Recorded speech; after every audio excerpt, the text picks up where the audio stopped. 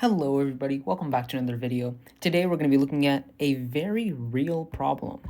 In fact, we have I to the I. Let's get right into it. All right, so immediately we see I to the I, and where I is equal to the square root of -1.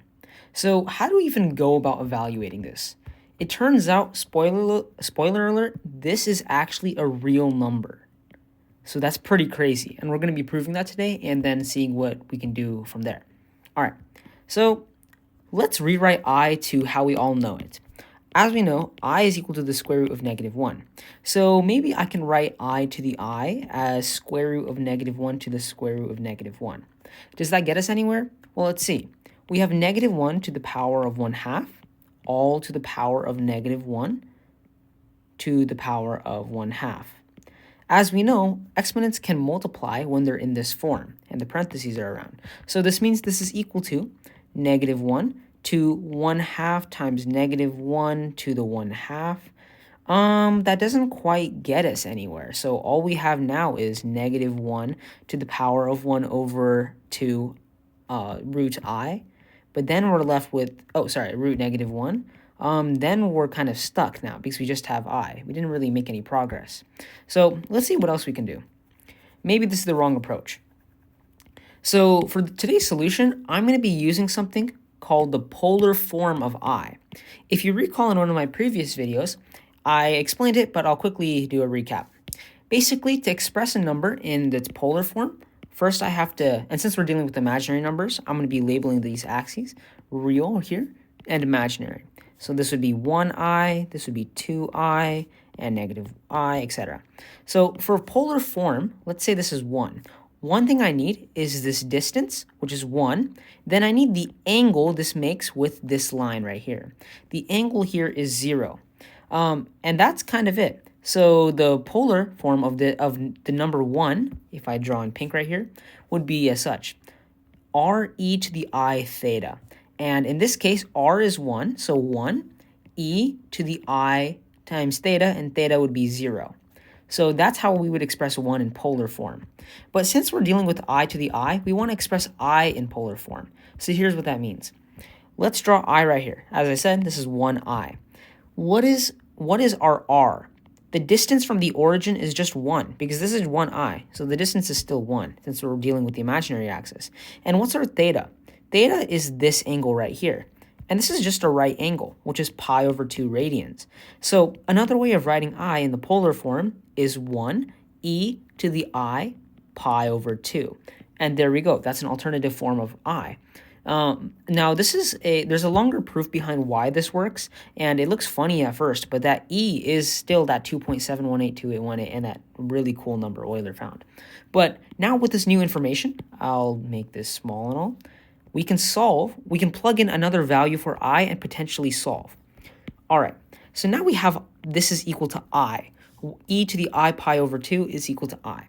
So what that means is we can write this as e to the I pi over 2 to the power of e to the I pi over 2.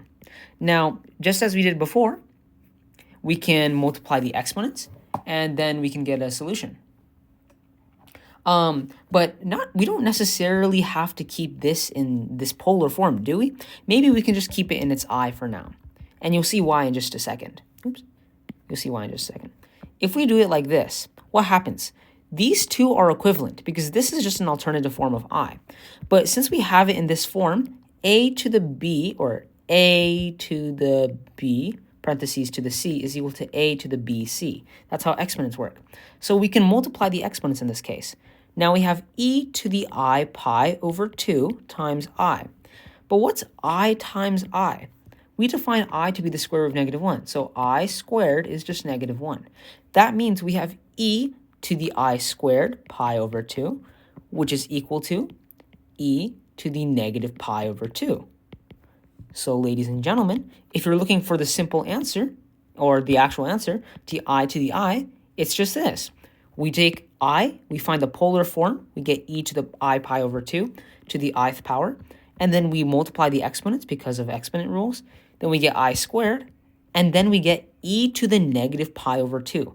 And you'll notice this I squared became a real number, -1.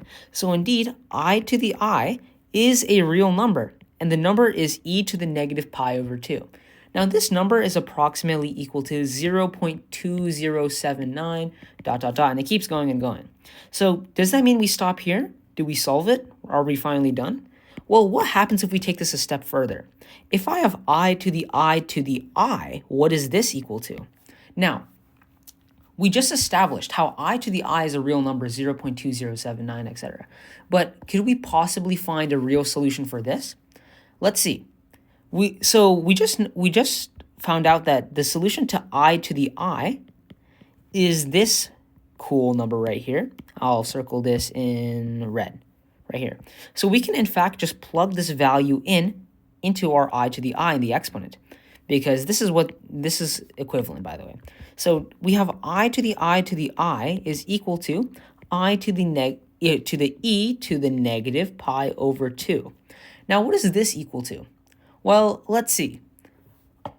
If we really look at it for a second, we can, let's see what we can do here for a sec. We have, let's see.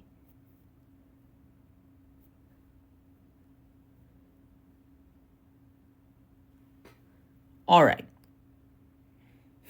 Here's a possible solution. So we know that the polar form of I itself, right? We said that I itself is going to be e to the I pi over 2.